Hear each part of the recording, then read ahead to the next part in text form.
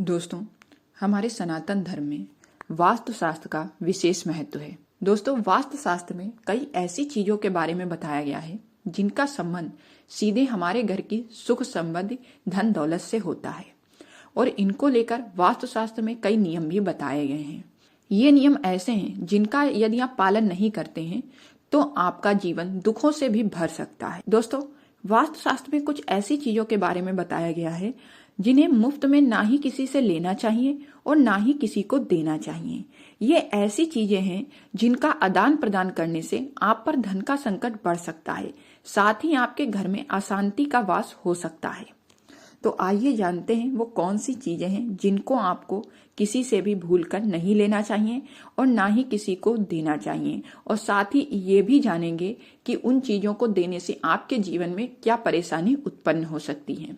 नमस्कार दोस्तों, स्वागत है आप सबका आपके अपने YouTube चैनल उपाय टोटके में। चलिए शुरू करते हैं।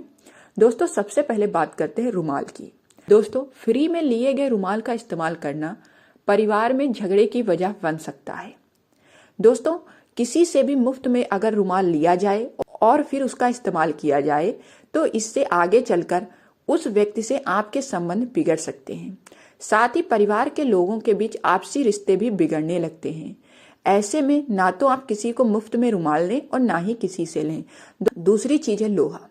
दोस्तों, लोहे का संबंध शनि देव से माना जाता है, इसीलिए मुफ्त में किसी को लोहा या लोहे से बने हुए आइटम नहीं देना चाहिए।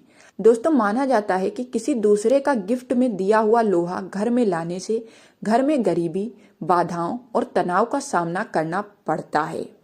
मुफ्त में लोहा इस्तेमाल करने से जीवन में एक के बाद एक समस्याएं आने लगती हैं।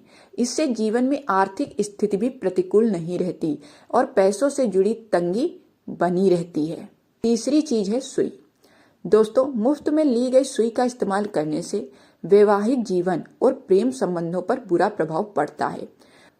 दोस्तों, मुफ्त में ली गई सुई से आर्थिक नुकसान भी हो सकता है, इसीलिए अगर आपको जरूरत हो तो सुई का इस्तेमाल खुद खरीद कर करना चाहिए।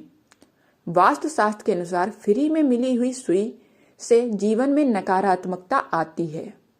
चौथी चीज है तेल। दोस्तों, फ्री में किसी से तेल भी नहीं लेना चाहिए। ऐसा करने से आप किसी बड़ी मुसीबत में पड़ सकते हैं, साथ ही आपको आर्थिक नुकसान भी हो सकता है। मुफ्त में तेल लेने से नकारात्मक प्रभाव आप पर पड़ता है, जिससे आपकी आर्थिक स्थिति भी बिगड़ने लगती है, क्योंकि दोस्तों तेल का संबंध सीधे शनि देव से माना जाता है।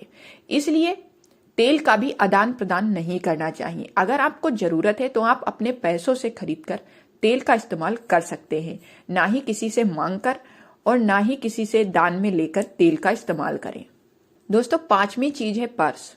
वास्तु के अनुसार जब हम पर्स उपहार के तौर पर किसी को देते हैं या किसी व्यक्ति से उपहार के तौर पर पर्स को लेते हैं तो व्यक्ति के पास हमारे धन से जुड़े योग भी ट्रांसफर हो जाते हैं।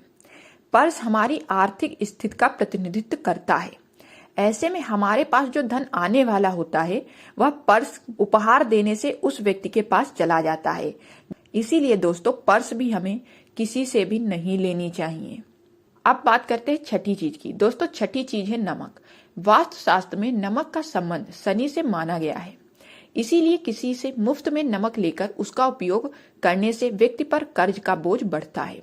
दूसरों से नमक लेकर उसका इस्तेमाल करने से व्यक्ति आर्थिक, मानसिक और शारीरिक रूप से परेशान रहता है। मुफ्त में लिए हुए नमक का इस्तेमाल करने से रोग और कर्ज की समस्या बढ़ने लगती है। इसीलिए मुफ्त में ना ही किसी से नमक ले और ना ही किसी को नमक दें। दोस्तों, आशा करती हूँ कि आपको ये जानकारी अच्छी लगी होगी। मिलते हैं हम आपसे अगले वीडियो में। तब तक के लिए जय श्री राम।